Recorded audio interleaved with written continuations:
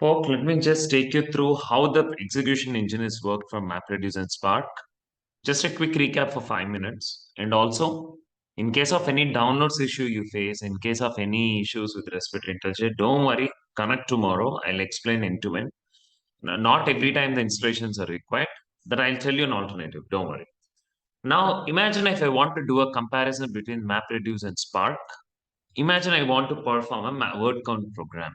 All right. Thought of executing a code for MapReduce for code word count. For both the case, I'm performing the same word count program. All right. So imagine I have these words. I want to take a count. Now I've written 4 lines code. Read the data, flatten the data, suffix the number for each data, group by key, sum of value. First, I read the data. Then I flatten the data. Then I suffix 1 for it. And I group by key sum of value. Right? These are the things we see here. Now, the same I have put here. Imagine a word count program is happening in 2 blocks. Now, first the flattening will happen. Add 1 for it. Then it will go into a single node and it will find for the total number of word count. Now, what happens between MapReduce and Spark? So imagine the same execution is happening in MapReduce. Read the data, flatten the data with respect to space, suffix 1 for it, group by key sum of value.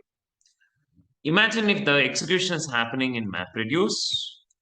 MapReduce is completely linear in nature. What is linear in nature?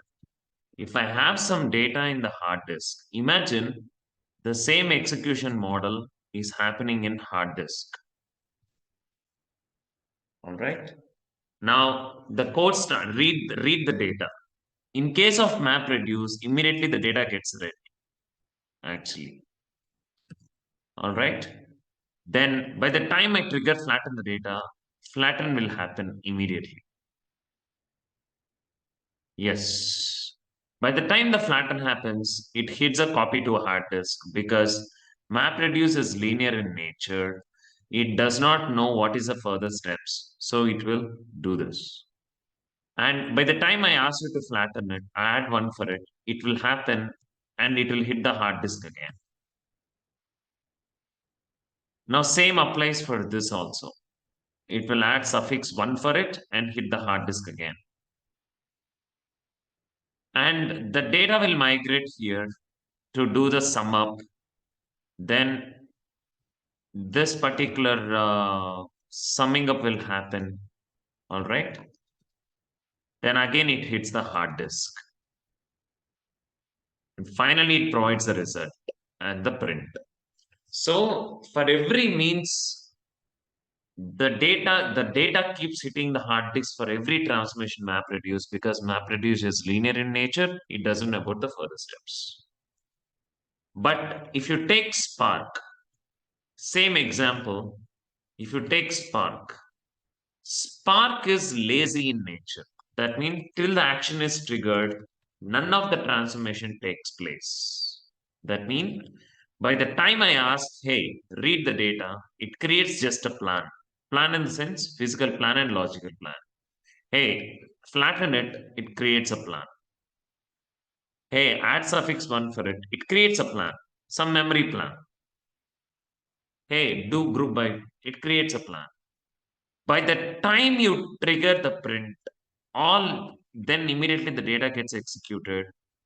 Then data comes to RAM because Spark will not hit the hard disk, right? The reason why Spark will not hit the hard disk is Spark knows what is a plan actually. Spark knows what is a plan because till the action is triggered, Spark is just under planning actually.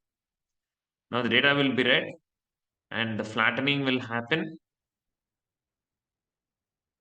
right?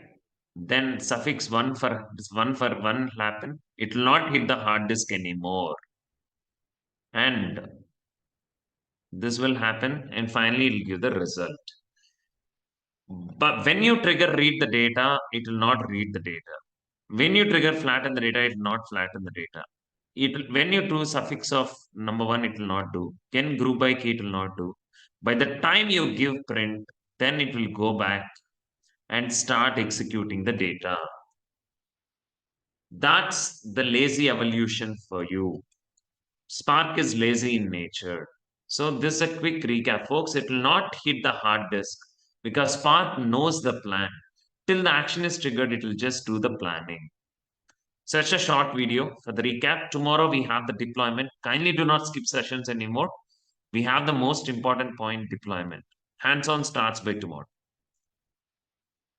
Installation steps, I'll tell you tomorrow. Don't worry if you don't install, have the capacity, this or that. Don't worry. Just come tomorrow, we'll discuss.